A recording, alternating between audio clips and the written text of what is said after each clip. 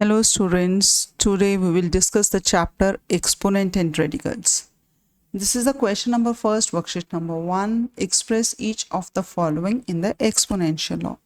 तो सबसे पहले मुझे ये पता होना चाहिए कि एक्सपोनेंशियल क्या है और रेडिकल क्या है. यहाँ पे दो चीज़ों की बात होगी because the name of the chapter is exponents and the radicals.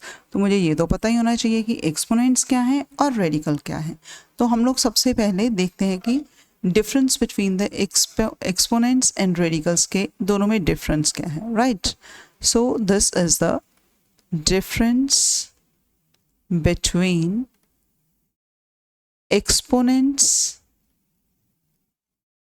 And radicals. पहले इसके ऊपर डिस्कस करते हैं कि दोनों को हम लोग डिफ्रेंशिएट कर सकें. रेडिकल्स, ठीक है. अच्छा, let us suppose that 2 raise to the power या 3 रेज टू द पावर 2 ले लेते हैं. 3 रेज टू द पावर 2 है. अब यहाँ पे ये जो 2 है दिस इज एक्सपोनेंट, ये एक्सपोनेंट है, ठीक है. और ये जो 3 है इसको हम लोग बोलते हैं बेस. राइट, तो जो 3 रेज टू द पावर 2 है this is the exponential form. ये हम लोगों के पास एक्सपोनेंशियल फॉर्म है. ठीक हो गया, ये बन गया एक्सपोनेंशियल फॉर्म. अब इसका मीनिंग क्या है? 3 raise to the power 2 means कि मैं 3 को 2 बार मल्टीप्लाई करूंगी. जितनी पावर होगी या जितना एक्सपोनेंट होगा हम लोग उतनी बार मल्टीप्लाई करेंगे.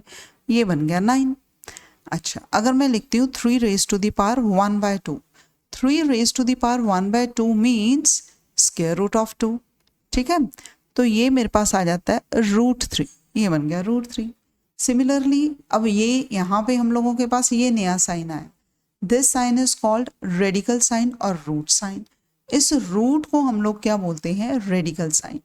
तो जिस जगह पे भी हम लोगों के पास this is the radical form और you can say radical sign आ जाएगा. जैसे यहाँ पे ये भी रेडिकल फॉर्म में है, ये भी रेडिकल फॉर्म में है, ये भी रेडिकल फॉर्म में है. तो ये सारे के सारे हम लोगों को किस फॉर्म में दिए हुए हैं? रेडिकल. मीन्स सब जगह पे रूट्स हैं तो ये सारे रेडिकल फॉर्म में हो गए. अब इनको करना कैसे है? जैसे मेरे पास let us suppose that one more example we will take 3 raise to the power, जैसे 1/3 आ जाता है तो इसको हम लोग ऐसे लिखेंगे लाइक दिस. तो इसको बोलेंगे ऐसे क्यूब रूट ऑफ 3. अब 3 रेज टू द पावर 1/4 आ गया तो उसको बोलेंगे 4th root of 3. 3 raise to the power 1/5 आ गया तो 5th root of 3. Like this ऐसे बोलेंगे. ठीक है. अब दूसरी जो चीज़ हम लोग देखते हैं यहाँ पे, जैसे आ जाता है suppose 3 raise to the power 2/3 आ गया. अब इसको कैसे करेंगे? It can be written as 3 raise to the power 2 multiply by 1/3. लिख सकती हूँ ना इसको मैं. तो अब ये 1/3 जो फिर दोबारा हमें रेडिकल साइन की तरफ लेके जा रहा है तो this can be written as 3 raise to the power 2 and it's power is 1/3.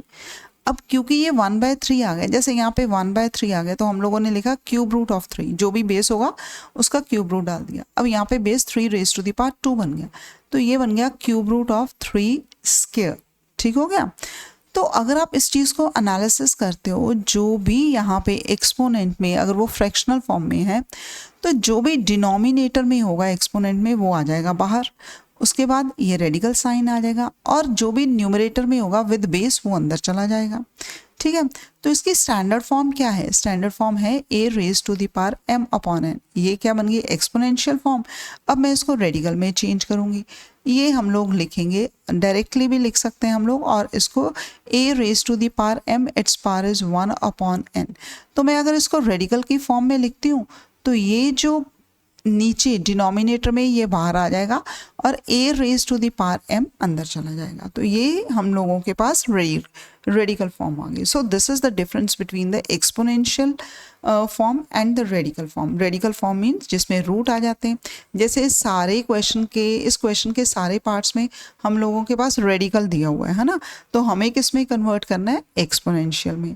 अब इसी चीज़ को मैंने ऐसे लिखा हुआ है तो इसको हम लोग सॉल्व करते हैं. जैसे फर्स्ट नंबर दिया हुआ है 5th root of 35. It means मुझे यहाँ पे क्या लिखना है? 35 रेज टू द पावर 1/5. ये लिख दिया. अच्छा, सेकंड देखो 27. मैं आपको थोड़ा सा इसको हाईलाइट करके दिखाती हूँ like this. 27 11th root of 27 क्या तो लिखेंगे कैसे? सबसे पहले क्योंकि यहाँ पे रेडिकल फॉर्म है तो हम लोग इसको एक्सपोनेंशियल में चेंज करेंगे. 27 raise to the power 2 and it's power is 1/11. तो यहाँ के पार की पार हम लोगों को क्या करती है, पार की पार तो आपस में मल्टीप्लाई होती है. अगर हम देखते हैं तो पार की पार को मल्टीप्लाई कर देते हैं. यहाँ पे आ जाएगा 27 raise to the power 2 multiply by 1/11. This is actually 27 raise to the power 2/11.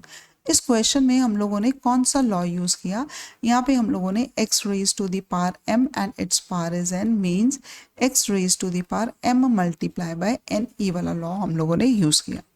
अच्छा थर्ड में देखो, ये है 7th रूट ऑफ 11/3. अब इसको लिखेंगे 11/3 रेज टू द पावर 1/7 बस. अब फोर्थ में देखो, यहाँ पे हमें दिया हुआ है cube root of 2/5 raise to the power -3. अब इसको एक्सपोनेंशियल में चेंज करते हैं.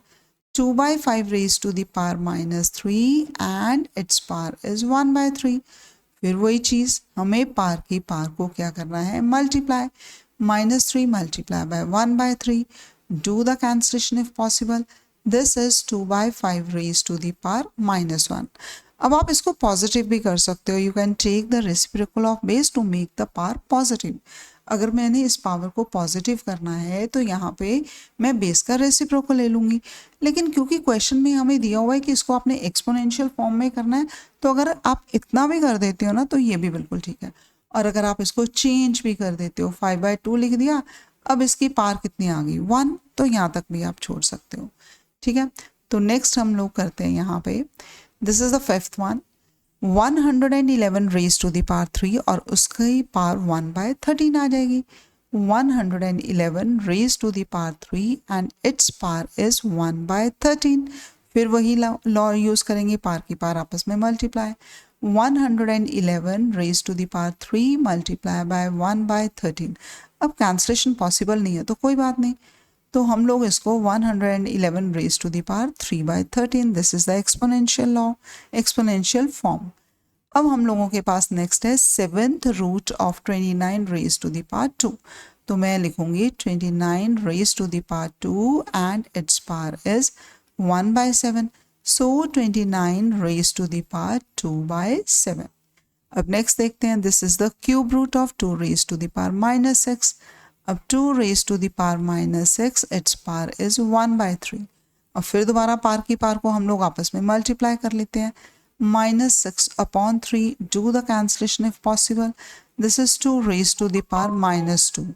अब यहाँ पे 2 रेज टू द पावर -2 है, then I will take the reciprocal of base to make the power positive. This is 1/2 raise to the power 2. तो मैं इतना ही करूँगी क्योंकि मुझे एक्सपोनेंशियल फॉर्म में रखना है इसको. नेक्स्ट आ जाता है 15/3 41 raise to the power -3 and it's power is 1/7. चलो जी, 15/3 41 raise to the power -3/7. Now take the reciprocal of base to make the power positive. फिर हम जो बेस है उसका रेसिप्रोकल ले लेते हैं. 341/15 raise to the power 3/7 only. यहाँ पे 90% बच्चे गलती क्या करते हैं कि पार जो एक्सपोनेंट होता है ना उसका रेसिप्रोकल ले लेते हैं. नहीं, अगर ये नेगेटिव है, लॉ ये बोलता है कि if x raise to the power -1 it means we will take the reciprocal of base. This is 1/x.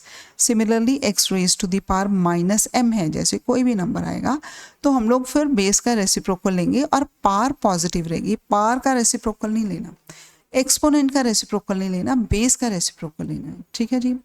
So in this way you can easily differentiate between the radical and the exponential form. तो मैं आपको पूरा का पूरा एक बार review कर दिखा देती हूँ. तो ये हम लोगों के पास कंप्लीट क्वेश्चन था. Question number first, worksheet number 1 at page number 1. तो in this way you can change the radical form into the exponential form. Thank you.